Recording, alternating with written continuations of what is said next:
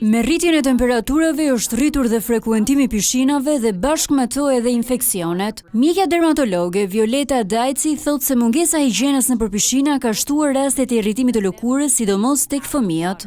Rriten infeksionet, por kryesisht nëpër pishina shtohet numri i rasteve me irritime të lëkurës, me alergji të ndryshme, por kuptoj që dhe infeksionet janë shumë më të shpeshta se sa në popullatën që frekuenton detet ose vende pak më të hapura.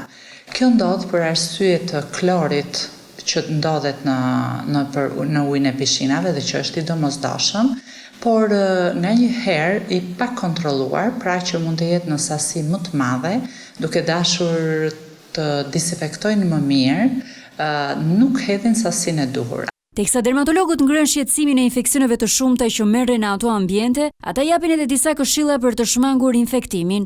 Duhet kontrolluar edhe numri, duhet ketë një limit edhe për numrin e pushuesve për sipërfaqen e pishinës. Irritimet kanë filluar.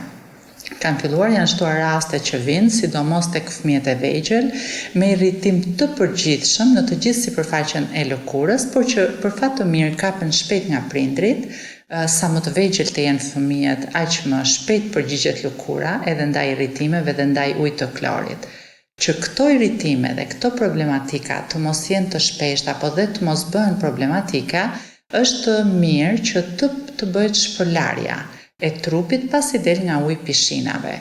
Nuk duhet në mënyrë kategorike të hidhni mbeturina në pishinën ku ju po rini, nuk duhet të hidhni sekrecionet tuaja siç është pshtyma ose kur kanë nevojë të fryjnë hundët, nuk duhen të bëhen në pishinë. Nevojat personale. Prindrit kur dërgojnë fëmijët gjithashtu do të jenë shumë të kujdesshëm. Sipas mjekëve specialistë, infeksionet virale dhe ato mykotike janë më të shpeshta, të cilat mund të merren gjatë frekuentimit të pishinave.